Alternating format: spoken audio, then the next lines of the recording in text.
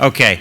Our last panel before lunch really sets us off in the discussion that Sue previewed for us in her remarks. That you know, in many views, data and the uses of data and the innovation around data is really going to be absolutely critical to going forward in the field of population health. So to help us through that, we have assembled a terrific panel. I will leave the introduction of the panel to my good friend Susan Dentzer of the Network for Excellence in Health Innovation. Susan, I turn the floor over to you. Thank you. Great. Thank you very much, Robert. And good morning to all of you. So we're now going to talk about data. And in my long experience in my life as a journalist and now my life leading NEHI, I've discovered one thing, which is if you introduce the word data into the conversation, half of the audience starts to salivate and half of the audience runs screaming from the room. And it reminds me of George Bernard Shaw's famous dictum that it's a mark of true intelligence as a human being to be deeply moved by statistics. And it turns out some people are deeply moved by statistics and other people run screaming from the room. And are moved in a different way. And frankly are moved by stories more so than statistics. And what is really interesting is to think about how data and statistics can tell stories, because they do. And we heard Monica's story today of Boston, right? It's not just data, it's a story about a city that has one marvelous features: sports, access to water, etc. Great civic ventures like Patriots Day, but it also had inequality, high rents, and all the other factors that she mentioned. And that is, yes, about data, but it's also about a story, and it's a story that people can connect to. And so if you use data to create stories in which people can see themselves, they can see the narrative of their own lives, it can be a very powerful way of capturing reality for people, and most important for all of us in this room, point the way toward, as Monica said, a vision of how to improve health. So we're going to try to make this data conversation as compelling as possible by focusing in a way on stories that each of our panelists today can tell about the work that they are conducting with data to improve health. Everybody, I hope, remembers the slide that Monica showed earlier about the CDC's health impact pyramid. And if you don't, you can pull it up right now on Google. You know, the health impact period was a story that Tom Frieden and others created at CDC about what is our understanding of how we improve health.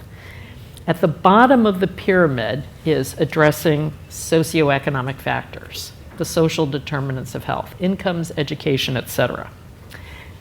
Next layer up on the pyramid is changing the context. It's the kinds of things that we talked about what's great about Boston. Access to, when it happens, right? Access to parks, Monica's story about the safe routes to schools, etc. Then we have the next layer up, which is long-lasting protective interventions. You can think about like vaccination, vaccines, community support to prevent the adverse childhood experiences. Those would be long-lasting protective interventions. Then we get up to the clinical interventions, a little higher up the pyramid, and you can think about screenings and the other things that we do to improve health, as well as interventions, helping people with diabetes take their insulin, adhere to medications, and so on. And then you get to the top of the pyramid, which is counseling and education, helping to change health behaviors. Now, that stuff isn't at the top of the pyramid because it's the most important thing, right? So don't think about the pyramid as being the pyramid of what matters. What matters is what's at the bottom of the pyramid, right? Because that is what is going to drive the greatest improvements in health. And so as we have this conversation today, let us think about data in that pyramid and how we harness the data and work by addressing through that pyramid to improve health. It doesn't mean that we're going to stop doing the things at the top, counseling and education, or the clinical interventions, but we're going to do that with an understanding that unless we address the things at the bottom, we're not going to make much of a difference.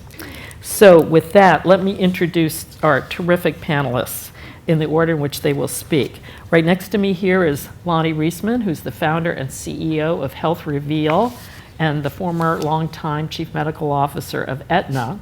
And as he'll tell us, HealthReveal is a cloud-based digital health solution, you'll explain what all of that means, that identifies the patients, the 5% of the patients who are driving 50% of the expenditures in healthcare, and most likely to benefit from evidence-based interventions, and particularly around chronic disease. So we'll look forward to hearing about that from you, Lonny.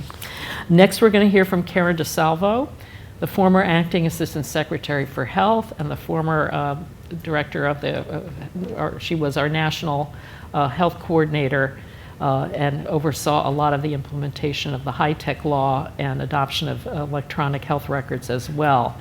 And now back in New Orleans and living a normal life and apparently enjoying every minute of it and rediscovering her husband, which is as well. So Karen, great to have you with us. And Karen, as you heard earlier, was one of the architects of the Public Health 3.0 report, and will be sharing some of the highlights with us today on that as well.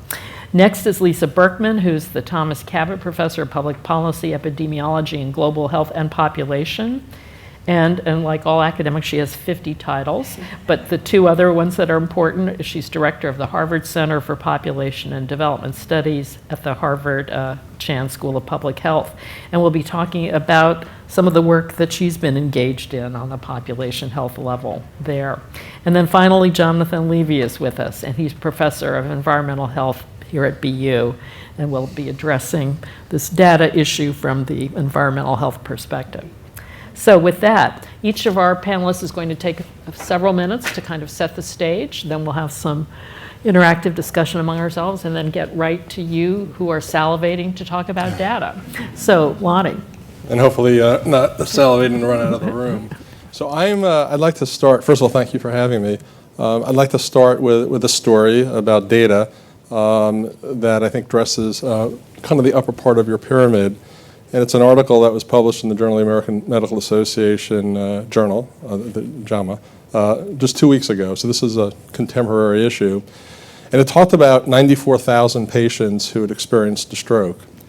And what was particularly interesting about this cohort of 94,000 stroke victims is that all of them were suffering with an arrhythmia called atrial fibrillation when they presented. The thing about atrial fibrillation is, in fact, that it's associated with about a 5-time increase in risk of having a stroke. But what was tragic and frustrating about the article, and the reason I mention it, is that we also know that if patients with atrial fibrillation are properly anticoagulated, placed on blood thinners, they can enjoy about a 2/3 reduction in the risk of stroke. In this paper, of the 94,000 patients who presented with stroke in atrial fibrillation, only 20% were receiving proper anticoagulation. That means the right drug and appropriate monitoring. And in the context of the types of issues that I think are of interest to this group, when we think about populations, and my orientation is more around subpopulations with sufficient disease, and as we talk about significant disease, and as we talk about access, I think one of the things that we have to bear in mind is that access to care isn't sufficient. It's certainly necessary, but not sufficient.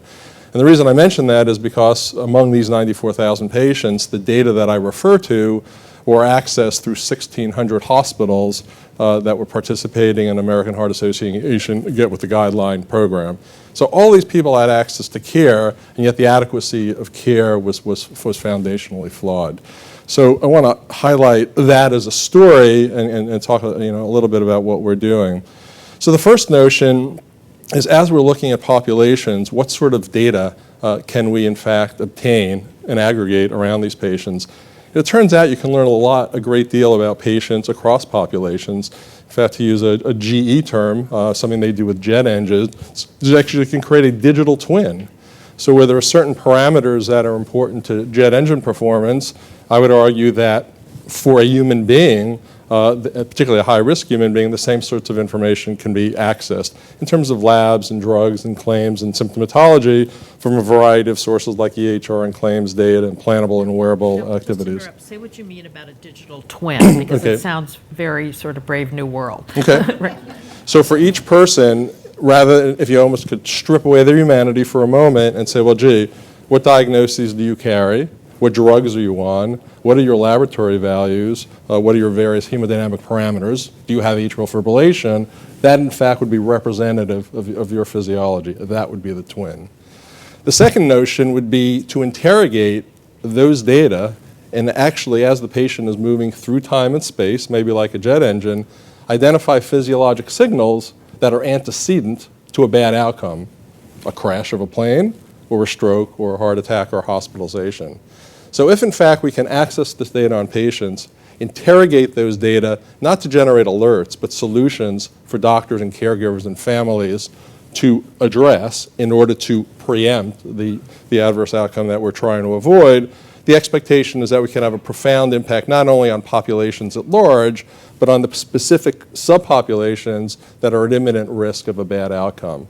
And as we think about access and equity and some of the outcomes like the one I just mentioned, our expectation is that the introduction of this digitization coupled with this real-time analytic capability will improve outcomes. Now, having said all of that, none of the literature that I'm familiar with, the clinical trials, for example, on atrial fibrillation and anticoagulation, talk about environmental issues that impact the patient. They don't talk about air quality. They don't talk about nutrition. They don't talk about social factors. So one of the things I'm excited about hearing about and discussing in the course of this conversation is how we can augment the knowledge we already have from clinical trials in order to use perhaps machine learning and artificial intelligence and in order to gain greater insights that in fact will further inform the clinical trials, which certainly exist, are not being adequately applied, and then perhaps with the possibility of really improving outcomes across the populations that we're all concerned about. Great. And as we'll hear about, the opportunities are manifold. So Karen, perfect segue to you. Well, thanks. I do want to thank Sandra and BU for hosting today, and tell you that one of my mentees just got into your graduate school, so hopefully she's watching and thinking about her decision to come. And thank GE, who's been really forward-leaning, because I think as we've all heard today, this is going to be a multi-sectoral effort to get us back on track with life expectancy and the kind of health outcomes that we want for our country. And as as has been discussed, doing that by continuing to push on the healthcare system is only going to get us so far, and we've actually reached a ceiling because we haven't been recognizing that there's broader inputs at play about how to achieve health. And I know that as a primary care doc, it was always in the back of my head that for my patients with diabetes or any chronic disease, that the thing they wanted to talk about was the social situation in their house or struggles they were having actually getting their medication or getting healthy food. They knew what medications to take and when and what they should eat. It was really other barriers to wellness that they had, but it wasn't really until Hurricane Katrina, when we were all thrown onto the streets and all affected by the social determinants of health. I think that it became really evident and magnified to me as a doctor, but also as a person in the health system, that the person sitting across the card table from me on the street with the devastated neighborhood behind them wasn't really going to be so concerned about whether they're going to take their diabetes pill on time. They were going to be more concerned about whether they had a house with electricity, and that even perfect quality care was only going to get us so far. And we had to really incorporate the opportunity to address social factors and think about rebuilding a community, re-engineering it with the idea that the social determinants were going to be more important, frankly, than getting the healthcare system right. It doesn't mean we shouldn't get healthcare right, because we're spending a lot of money in that space, and the tighter we get that system, the more efficient it is, the more opportunity we have to reinvest upstream in the social determinants of health. Those personal experiences in the community brought with me to HHS and had the opportunity to spend about 2 years wearing two hats. I was the Assistant Secretary for Health and the National Coordinator for Health IT, which brought two worlds of data and public health and healthcare together and forged some really interesting conversations. And a part of that was a stream of work we did called Public Health 3.0, which was an opportunity for me to learn from communities across the country who were engaged in the kind of work we had been doing in New Orleans, really thinking about building a healthy community, a healthy city, not just one with a stronger healthcare system, but one that could address the multiple determinants of health and do that in a way that incorporated public health and business and other sectors, public safety, transportation, housing, bring folks to the table with a set of shared goals and see how we could address those to really raise the mean, but also close the gap. What we learned from those communities across the country was that they had sort of 5 attributes in common. They had a chief health strategist, sometimes strategist plural, who were thinking more broadly than their own silo of responsibility, but reaching out to, secondly, strategic innovative partners. This was not kind of the traditional public health medicine partnership, but very often technology or business, certainly the criminal justice system as examples. Those partnerships, thirdly, are forging themselves into structured partnerships that increasingly are creating new co's, so new organizations that can share money, spend money, have shared governance, own data, share data. It gives them a lot more flexibility to expand the pie and expand the kinds of resources that they have to work together. The fourth area was about funding. We saw some models of innovative and enhanced funding for public health and social determinants efforts on the front line, always insufficient, as was well raised today, even in what I would consider to be a very resource-rich environment like Boston, certainly compared to what we had in a community like New Orleans and many local health departments, but still really insufficient. And the fifth area is data, that these communities are finding new ways to leverage existing data, gather new data, make it actionable, and use that to create measures that they can all move towards as a community. And I just want to say a word about this data piece, or a few words, because though leadership is probably, in my opinion, the place to start with these kinds of efforts, you need some 3 to 5 people willing to come together and set a shared vision, set some guiding principles together in a charter that they can act on together. Now, the other pieces began to fall into place, but many of these communities get hung up on data. I know I got hung up on data when I was health commissioner in New Orleans. It was one of the reasons that I heeded the call to go to Washington to be national coordinator, even though I'm not a technologist, but because the then Secretary Sebelius said, you understand what it means to have to apply data to healthcare systems, to community action. You've been telling us how much you need it for your public health activity, and it's just next door. Really know that you understand that there's a richness of data in the environment, but a paucity of it that's actionable. The data, the common threads about what people need in their data are they need it to be more timely, more comprehensive, and actionable. The timely piece has to do particularly with the fact that in public health, by and large, we are working with data that is stale. So, for example, the beloved county health rankings, which I track on, follow on, tweet about. Still, this week when they came, that was last week when they came out. The data were from what year? 2014. So I was still health commissioner when the report that came out in New Orleans, it talks about the data that we did there. So that was really fun. I got to see how we were doing while I was health commissioner, but that was 3 years ago. And it's really hard when you're in the seat as the chief health strategist, when you're the mayor, when you're a business leader in a community, and you want to know, if we do these things in this community, have we made a difference? It's very challenging to keep momentum in a project if you cannot see that your actions have made a difference in the data. So timeliness of data is really critically important. The opportunity there is endless because we know there is timely data. We know that big data resources exist in retail information. We know it exists in the electronic health records, in the health information exchanges, in some claims data. So it's not that it isn't there, it's that it isn't being shared. A lot of the work we did at HHS was about data blocking, to see that it was no longer allowed, including a partnership with Congress to make that now the law of the land, that people cannot block data. It has to be made available for many purposes, including the improvement of the public's health. So that is a new trend that I hope will continue to take hold, but we have to be aware of that, and we have to start acting on merging the data. The comprehensiveness, two key dimensions there. One, moving beyond an understanding of health care dynamics and individual health factors. Increasingly, health systems are incorporating social needs and unmet needs.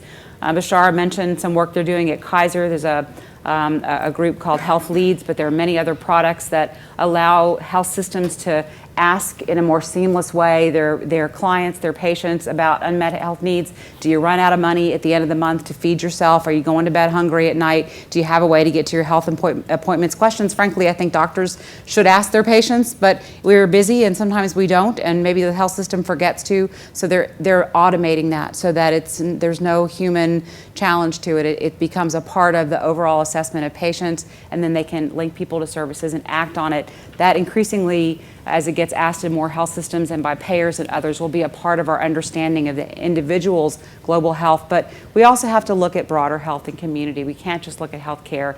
This has to do with some of the policy levers that were mentioned earlier. What is the smoking policy in your community? What is the housing policy around access to affordable housing? So those communities that are 3.0 are really broadening their look. And finally, about actionable, there's two dimensions I want to mention. One is most health departments at the local level, most local community collaborations do not have epidemiologists or statisticians or people who are sophisticated in AI or machine learning. They need data that's kind of prepackaged and can be used in ways to do mapping, to help target limited resources, to do work that feels more seamless and doesn't require a lot of statistical analyses. So the next chapter of this is going to be making sure we find ways that big data is translated into actionable data more seamlessly for people who need to use it on the front lines. And the other actionable piece is the feedback loop. This is where a great deal of important work needs to be done to understand that if we invest in early childhood education, we can see the return on investment in the healthcare system. If we invest in housing, we can see the return on investment in the healthcare system. This wrong pocket problem relates to the fact that we are not able to merge and see data, not just about the retrospective look on health, but how our investments as a country are making a difference in health, and how if we invest in a social sector, it's actually there's a return on that investment in the healthcare system. And just a sort of final word about data, because people, because of this comment about people running from data or being afraid of it, this is a room full of believers, because public health is steeped in this. And if you just think about John Snow and his use of data to not just look at an outbreak of cholera, but to actually make a policy action that took the handle off the well, that changed a community. And then you zoom forward to more near term of Dr. Monahana Tisha using her data from her electronic health record in Flint to understand that there was an epidemic of lead poisoning in kids in her patient population, and translate that into what is now going to be a new water system for that community and more public health action. The history of public health is well steeped in the use of data to make big policy action. It's still happening today. I think what we have to do is make it more seamless and more available for folks. Great. Thank you so much, Karen. Lisa. Thanks. So I'm a social epidemiologist, and the analogy that I grew up on, went to graduate school with, was very akin to your sort of stories. It's a story about people on a road.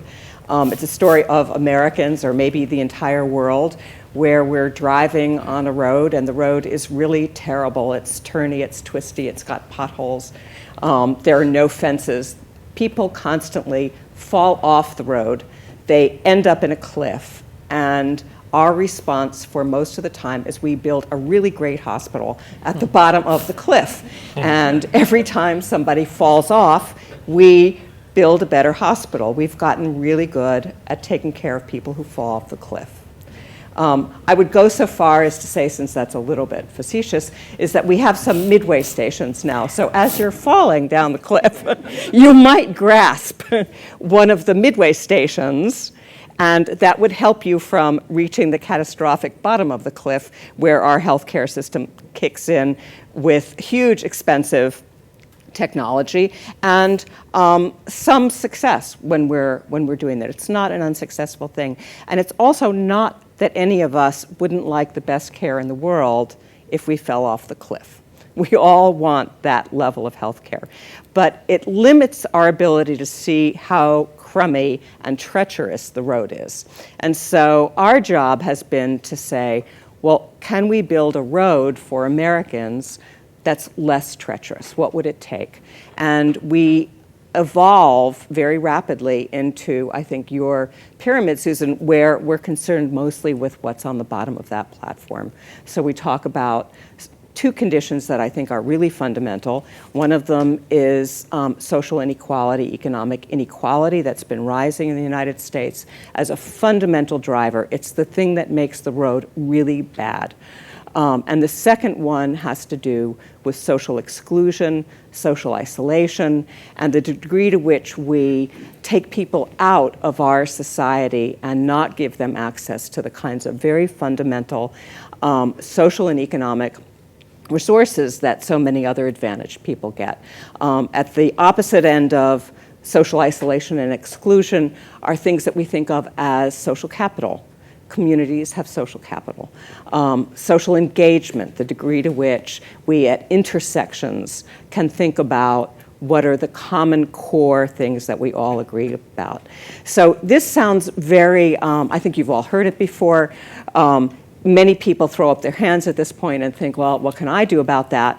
Well, there are some levers, and really, I think this is maybe the common ground of our meeting today, is that the two most nimble levers that we have in the United States today, I think, are the action of cities and the actions of businesses. And we can hope for the state and federal government, but for the next 10 years, I would put my money in cities and businesses to think about this. And when we think about what we can do about it, if you look at inequality over the last decade or two, it's risen enormously. People at the top have improved life expectancy by a substantial number of years, 5 or 6 years. If you look at some life expectancy tables, people at the bottom, men at the bottom, have improved life expectancy about 1.5 years compared to people at the top who are, somewhere around 7 or 8 years. When you look at women, it's actually more devastating. So women at the top have improved life expectancy maybe 6 years. We're talking about kind of a generation of women born between 1930 and 1950. This is not a big period of time that we're thinking about. When you look at women on the bottom, there has been no improvement in life expectancy over the last 20 years. And in fact, there's evidence that there's been absolute increases in mortality, that they have done absolutely worse. In fact, it takes about 30% of the US women's population to improve as much as 10% of men's, the bottom 10% for men. So we're facing a crisis, and it's not like it's been here forever. Something has happened very rapidly. So I'm not going to talk a lot about what cities and public policies can do. I think that this idea of health in all policies is super exciting and probably the most important way that governments and public sector policies can think about it. But I want to talk about what business, what industry can do, and at 3 levels. And then we'll come back to the data question, which will unite it. So on one hand, I think as Sandro emphasizes, most people work in companies, whether they're public or private sector things, most people work. And so one of our most hopeful ways to improve the health of Americans is to think about what are the drivers at the level of work that we can do to improve the working conditions of Americans. And I would say that work redesign, work organization turns out to be one of them. And in fact, the things that predict absenteeism and productivity are actually the same things that produce good health in the opposite way, right? We reduce absenteeism, improve productivity, and you improve health. So they're not antithetical to business. I think that they're actually central to how business organizes, and businesses are nimble. They reorganize all the time to increase productivity and to reduce absenteeism. So we can easily start to think about a set of things like that. At the second level, I think there are issues related to anchoring institutions. I think Kaiser actually plays a huge leadership role in thinking about how large industry actually can have a spillover effect when they think about what they purchase.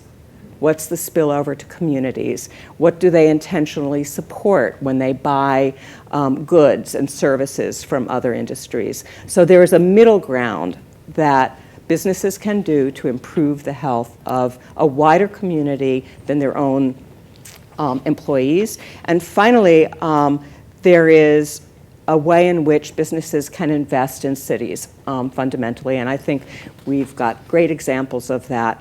Probably one of the best one is actually a program that was launched by RWJ and links to the Federal Reserve and empowerment zones, where socially responsible investing has led to reducing inequality in cities by looking at empowerment zones and low employment areas and thinking about what are the drivers of city health at that level and how can industries partner. So there's any number of ways that businesses can do this. We can come back and talk about other institutions. And I just want to wrap up and talk about health data, because there are many, many sources of geospatial data now that have been thriving. I actually am on the social determinants of health group for Blue Cross Blue Shield, who decided that they wanted to tackle social determinants of health with their Blue Cross Blue Shield group, and have just developed this exquisite geospatial data that only a geek and somebody who doesn't run could love. But they link all their Blue Cross Blue Shield data to census area data on inequality, on segregation, on food deserts, on transportation systems, on where their physicians are practicing, and they can actually pull up with a mouse, your neighborhood and decide something. And I would just end by saying that's great for Blue Cross Blue Shield. They're using it to improve their health system. It is not actually adequate from a population health perspective because it has no other data from any other source except on the health outcome side except Blue Cross Blue Shield.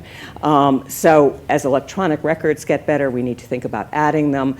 But there's mortality data, there are behavioral risk factor surveys, there are a million other sources of the outcome data. And if these data repositories and geospatially coded data sat within public domains, the health department, Public Health Commission for Boston, then they would be really usable. And if they were public, they would even be better. So I will end there. Great. And that will be a great segue for me to say a few words about the GE NEHI Boston Health Data Initiative, which has been mentioned earlier today. Jonathan. All right, thanks. So I'll wrap up this phase by thinking a little bit about urban environments and how they affect health, which is the area of focus of my research. And just to define terms here, because people think different things when they think environment, here I'm defining it very broadly. So there's the physical environment, things like the air and the water, but there's also the social environment, the natural environment, really the totality of things, especially in our homes and neighborhoods, that can influence health. And so if we cast that very broad net, there's a lot of potential levers and a lot of potential ways to improve health. It also implies the need for an abundance of data to come in and be understood and evaluated to figure out what the key leverage points are. And it probably wouldn't be a data panel if someone at some point didn't say, we live in an era of an unprecedented amount of information. So I'll say that right now and get that cliche out of the way. But the interesting thing from the perspective of the home and neighborhood environment is, first, it's actually true that some of the data is unprecedented, but it's not just in scale, it's in type and resolution and fidelity. So just a few examples. Green space, we know, is a very important attribute, relates to physical activity. It has benefits in terms of psychological effects. Having green space around you is good for your mental health.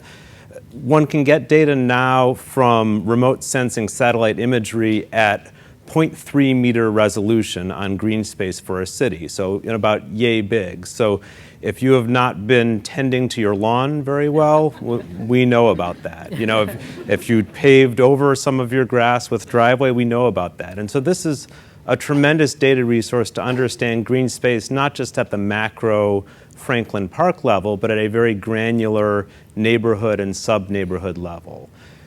Temperature is another factor where, we know temperature can be an important factor for health in a number of ways. There are urban heat islands. We can now get data on temperature, again, from these satellite remote sensing data sets at 30-meter resolution. So we're now getting to a point where you can get very small-scale urban heat island effects. You can understand small-scale patterns. You can even get to a point where 30 meters, that would be a fairly large house, but you're talking about a handful of houses. In the winter, if you see a temperature hotspot, that might mean a home that is poorly insulated, and you're starting to get insight on how that home operates and functions, again, at a very granular level. One other example, obviously we all know Google Maps, Google Street View. Your home can be pulled up, you can see it. This is a font of potential information, not just in spying on your neighbors and looking at property values, but you can understand aspects of homes and the built environment that could be important for health. And it's not just in the province of Google. We at BU, as part of a project, we purchase analogous equipment. It's not incredibly expensive. You put in a vehicle, and we took photos of all the homes in a city that we were conducting research in, and then those images are being categorized for factors that can influence things like ventilation, pollutant infiltration, other aspects of the built environment that can affect health. So we have an abundance of data, and this is not even speaking about smartphones and everything that can be known about you as an individual. So we have an abundance of data that can tell us about homes and neighborhoods, but we then have to interpret it. And earlier the analogy was made to data as a tool. I think a lot of times these types of data sets, you can think of it as a very complex Swiss Army knife with many different tools, but often we can't even get the packaging off, and so we're using it as a hammer and whacking things. We need to really be able to open the packaging and understand all the tools that are available and what we can do with it. And some of it is on the somewhat boring and mundane data integration side. All the data sets have to speak to one another, get pulled in, and that's a challenge, but a solvable one. We know how to do those things. The broader challenge comes in interpreting and understanding the data, and at times not taking it too far. So we now know, as I mentioned, green space down to 30 centimeter resolution. So we can know if you have green space that you could utilize in and around your neighborhood, but we don't know from that data whether you will use it. Do you have a lot of violence in your neighborhood so that you do not want to go out and go to that green space? Are there other structural factors that make it inaccessible to you? So we could overreach by taking those data and drawing inferences without understanding people's true environments and the ecosystems in which they live. Again, temperature, we know that urban heat islands can be important for health outcomes. A very hot, humid day can be very problematic for people's health. So we can know where it's going to be hot, but we don't know then which homes have elderly individuals who do not have air conditioning or who have air conditioning but can't afford to run it. So we can overreach with the data without thinking about what it means. And some of that can be solved with yet more data, right? You can overlay sociodemographic information. You can understand other aspects of crime data, and we can layer things together and link them to get a little bit better understanding. But there are limits in what we can achieve with these public data resources. And ideally, we ultimately get a little bit of the shoe leather work where we truly understand how people are living in their neighborhoods, how they are experiencing them, and the things that you can't just garner from these public data resources. I guess just as one sort of final thought that maybe bridges back to some earlier comments here and some earlier panels, these type of data systems, are rich and can tell you quite a lot, but you need to ultimately be able to tie them into health data systems and other ecosystems. And electronic health records have been mentioned a few times. I think there's a lot of potential there. in electronic health records, residential address histories are known.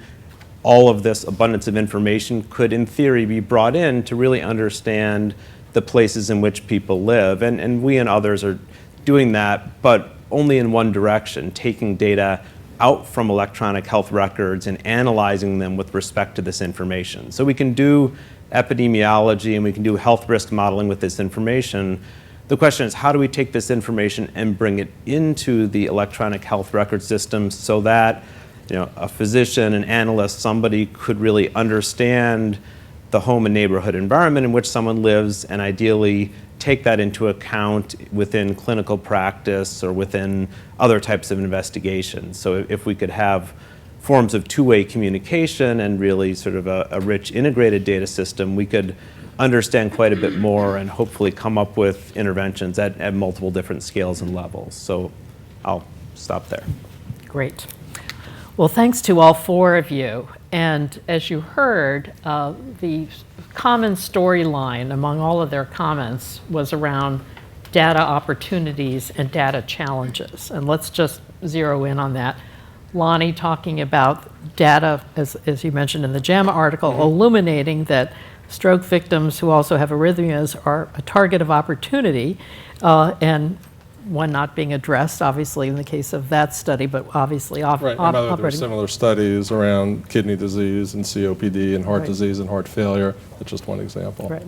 And you talked about the opportunity, as others have echoed, of combining those kinds of clinical data now with more social determinants of health data, and how interested you are in potentially doing that in the context of HealthReveal's work. Karen talked about hearkening back to the post-Katrina environment of New Orleans, and I remember, I just have to tell one little tiny story. I remember being down with Karen in New Orleans after Katrina, and being at the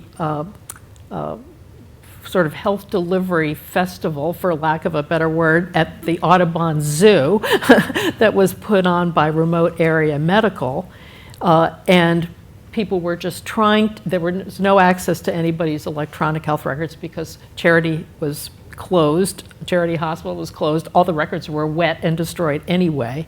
And so all these interested physicians who had come in from around the country were helping to compile electronic health records and put them on flash drives for people, not electronic health records, non-electronic health records, but start to create the bare bones of a new electronic health record for people. I mean, talk about a data challenge. And as you mentioned, even the clinical data was going to be less important for people than knowing whether they had houses to go back to, et cetera, et cetera. So just a great illustration of a challenge. Lisa talked about that wonderful image of the road and people falling off the cliff and ending up in what we've created, the catchment area of a hospital. I would add there's one other big one. It's called jails and prisons. That's the other place you go if you fall through all the cracks in our system and fall off the road. And we know that's our primarily way of dealing with serious mental health issues in this country, is to incarcerate people once they commit crimes, after they've suffered from mental illness, or as they are suffering from mental illness. But you talked about the data opportunities, Lisa, there, both in terms of the geospatial data. You mentioned the RWJ empowerment zones and illuminating the work there as being very important in that. And then we just heard from you, Jonathan, about that wonderful description of all of the unprecedented volumes and types of data that are now available on the sort of built environment and other aspects of the environmental side that we now have to figure out how to, as you put it, understand, digest, analyze, and put together with other sources of data, including the clinical data. And just to sum up what you've all said on this challenges score, Karen, you gave us the list. We all want the right data. We want not to have garbage in and garbage out. We want actionable data. We want it to be timely. We're going to face these ongoing challenges of merging the data sources, like the clinical data with the social determinants of health data. The challenge of interpreting accurately and analyzing the data, which you just underscored, Jonathan. The notion of creating feedback loops so we can understand, once we've made investments in improving health, harvesting that out of the data to understand what we do next.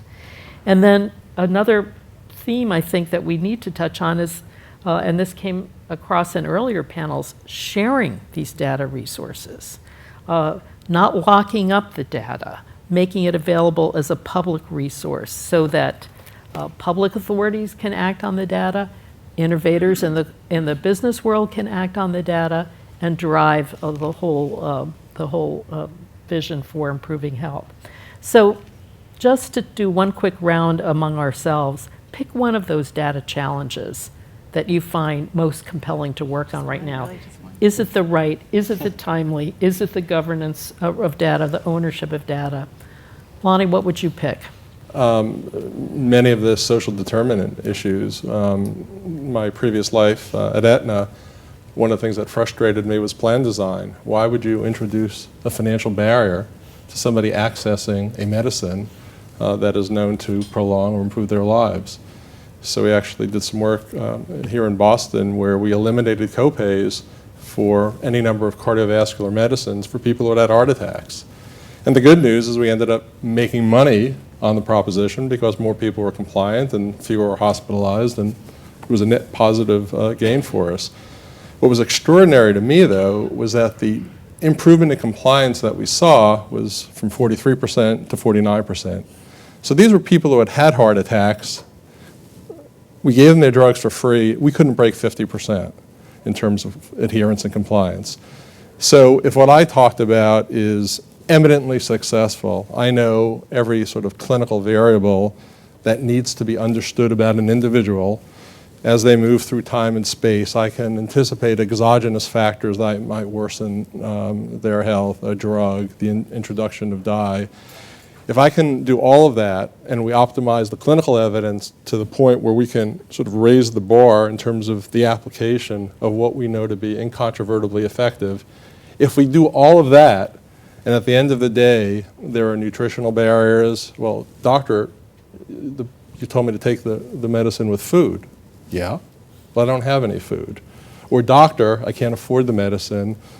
Most of what I'm doing is rendered fairly worthless. So I think the ability to appreciate those other factors and generate solutions that will ameliorate some of the challenges that patients face, as I focus more on sort of the provider side of the equation, we can jointly optimize the relationship between patient and doctor, ultimately impact communities that way, but it really does take a fair amount of collaboration, which, for whatever reason, I haven't seen much of yet. Or, doctor, I had to take 3 different bus lines to get to the pharmacy to pick up my medication, All of and I those couldn't reasons. do that. Right. Yeah, all of those reasons. Great. Karen, your challenge. So the way that that I would frame it, even in this context, would be that the barriers are about the data. Data doesn't talk to itself. We have a standards problem. We let too many bloom, and there's not enough consistency. So actually, the data curation is a challenge, and it does take a fair amount of work, even for big organizations like Google, to merge the big data. But it's possible. The second is about culture, and we say that data moves at the speed of trust. And culturally, we have an inherent misunderstanding of what HIPAA is and isn't, so people are afraid to share data, when in reality, very often you don't have to. And in the public health realm, with de-identified data, there are opportunities, though some potential pitfalls, because it's pretty easy to re-identify data sometimes. But that sort of lends you to wanting to create trust frameworks and ways that you can create these organizations that can share it on behalf of the public. And the third is the business case for sharing data. The healthcare system's being pushed in that direction really hard by payment reform that's causing them to not only want to have better population level data about their own attributed patients, but since we know patients don't just go to the health system they're supposed to, they go all over the place and get their vaccines at Walgreens or at a different doctor's office. Health systems are increasingly understanding that they need to be able to share so that they can see from other health systems.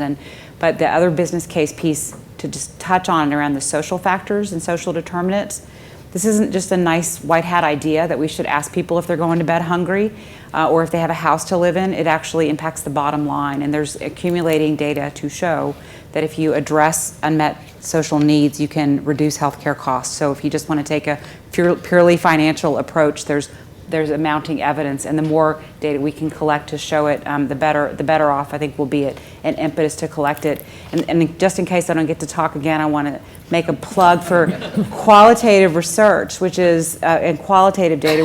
We're so enamored with big data right now in this country, and we might end up proving that water is wet, and that would be great. But even in our community of New Orleans, I use this one data point about our culture of health down there, which is that one day I went to lunch at a place called Mandina's with some Suffolk University students. I went to Suffolk University, and they were down visiting, and they had on the chalkboard, "Now serving brown rice."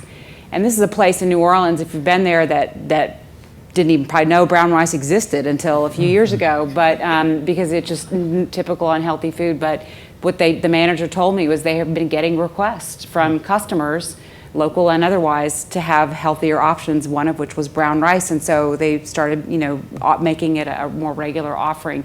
You wouldn't pick that up in big data, but that was a signal and a sign to me that our community was making a turn for a culture of health. Great. I'd still go for a po' boy myself, but that's or a beignet. We'll do it, yeah. But maybe interspersed with the brown rice. Okay, Lisa. I'd say what the missing element is to our data story is what works. What's the intervention? What's the treatment? So we now have kind of a platform for health outcomes. We have a platform for some meta-level social exposures, but every time we change a school policy or a work policy or a city policy, you want to know what that did so that we can move on with successes. So just adding what the intervention seems to be critical to these sorts of data repositories. Great. And Jonathan, to you. Yeah, and I definitely concur with that point, and I'd pull it back also just the issue of the public data streams and trying to reconcile them. And the good thing is that many of these data sets that we collectively talked about are publicly available. But as mentioned, the bad thing is it takes considerable effort to wrangle them together, and a lot of people have done that successfully, but in isolated pockets, and there's a lot of reinventing the wheel. So I mean, we've spent internally here as one of our research centers a couple of years to integrate a lot of these public geospatial data sets. There's 50 other people out there who've done the same thing, universities, government, private entities. I think if there are ways to harness the collective energies and come up with a robust data architecture across all these various, again, publicly available data platforms, there's a lot that we could do with it, including interrogating it for some of these solutions-oriented intervention frames, and then, again, reinvigorating the data set with those sets of information. I mean, the semi-related challenge is you build up these data architectures and then they are almost obsolete by the time you're done. A new data stream is developed, a new version, a new something, and so you're constantly chasing after the latest and greatest, and so you need a very widespread and robust set of folks really grappling with this so you don't pull something together, pat yourself on the back that you've built something tremendous, and then a year from then you can't actually use it for anything. Well, as I mentioned, all of this is a wonderful setup for me to just say a few brief words, if I might, Robert, about the Boston Health Data Initiative that GE and NEHI will be leading over the next several years, potentially, which is going to do exactly what these folks have all described. Look at all the existing sources of data that exist around health and healthcare in Boston and vicinity. Try to figure out a way to bring those data sets together, and this will be a huge challenge. We've identified probably 300 or so existing different data sets. We don't need all of them, we recognize, but we need a lot of them, and we need to do the classic things that you need to do with data. Harmonize them, make sure that they can talk to each other, liberate them from their silos. I think liberation was a phrase Karen used. Create a governance structure over those and use them really to illuminate what is actually going on with respect to health at a very granular level, down to a 9-digit zip code level in various areas within Boston, and then develop the world's most robust health improvement plans that will really raise the level of health and ideally produce that ROI that was discussed earlier and so many other aspects of existence here. in Boston. And so we'll be looking forward to engage. We've already engaged with many of you in the audience. We'll be looking forward to engaging with many more of you as we build this capability and really deliver on the promise and the shared vision of improving health in Boston. With that, Robert, do we have any time left for questions, or do we want to mush on to lunch? Sadly, the toughest thing in this job is to have to crack the timing whip, and we have, you know what we have. Let's do something. Because you could hear a pin drop. I have to tell you guys in all of this discussion, and so if we have like 5 minutes of quick questions, we'll do that, and we'll just put that into our lunchtime so that we keep the afternoon on schedule. But we're actually doing a pretty good job, so maybe a quick 5 minutes of Q&A would be nice. Okay, terrific. So, question right in the rear there. We'll get a mic right over to you so we can hear the question. Thank you. One of the things that comes out when I'm listening to people is who owns this data? And what are we doing about that data ownership and the protection of data that can be reflected right back to an individual? Karen. So it varies. It depends on the data, and your electronic health record data is generally you control it, but you don't own it. It's a little variability by state, but federally we would say that you control but don't own it. As that's your HIPAA covered data, right? It's your information, but there's this other new sources of data that are being talked about here on this panel, all the way from your geospatial data to how many steps you took, and they don't fit neatly under sort of HIPAA covered data. If you're interested, we put out a couple of white paper reports that we did in partnership with the private sector when I was at HHS, and the White House did, so I don't know if they're still up. Whitehouse.gov. Really, never mind. Call Lucia Savage. We can smuggle them to you. Yeah. So essentially saying that I want to underscore this point, which is that it's unclear. There are gray areas. It kept us up at night because as we move into this brave new world, I'm not sure anybody in the federal regulatory space or the state space can actually adequately protect people's data. Well, and another point, I think if you have a Fitbit, for example, and you didn't read those 5 pages of stipulations that you agreed to give Fitbit all your data and they own it. And all the wearables fall into that category. So you have no ownership rights over those data. And it gets down to to meaningful, informed consent, which is something that we really need to work on. Another question, comment, data story that you want to share. Okay, I think everybody's hungry for nutritious, healthy food, and I'm there with them. So, Well, thank you. join Great me in panel. thanking this. Great panel. And I should point out that the next panel, which will start at 1:10, will pick up on some of these same topics. So as you've been cogitating and thinking of questions, we're going to keep this theme with us for a good chunk of the afternoon. We are going to lunch. Before we do, please indulge me just 1 minute because this is the transition time. Sandra will be the MC this afternoon. I want to replow just a bit of ground, but very important to thank some folks who have made this happen today.